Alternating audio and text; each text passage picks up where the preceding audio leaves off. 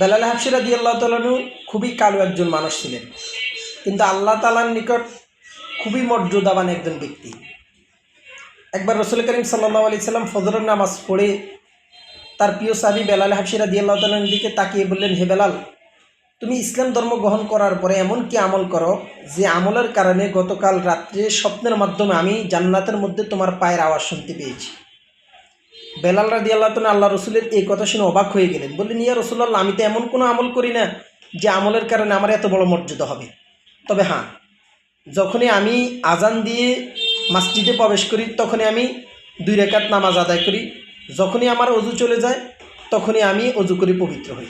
আল্লাহ রসুল সাল্লাল্লাহু আলাইহি সাল্লাম বললেন, এই আমলের কারণে আল্লাহ তোমাকে এই মর্যাদা দান করছে। মাত্র 2টি আমল। একটা হচ্ছে যখনই মসজিদে প্রবেশ করব তখনই 2 রাকাত নামাজ পড়ব। দ্বিতীয়টা, যখনই অজু চলে যাবে অজু করে পবিত্র হব। আল্লাহ আমাদের মানার তৌফিক দান করুন।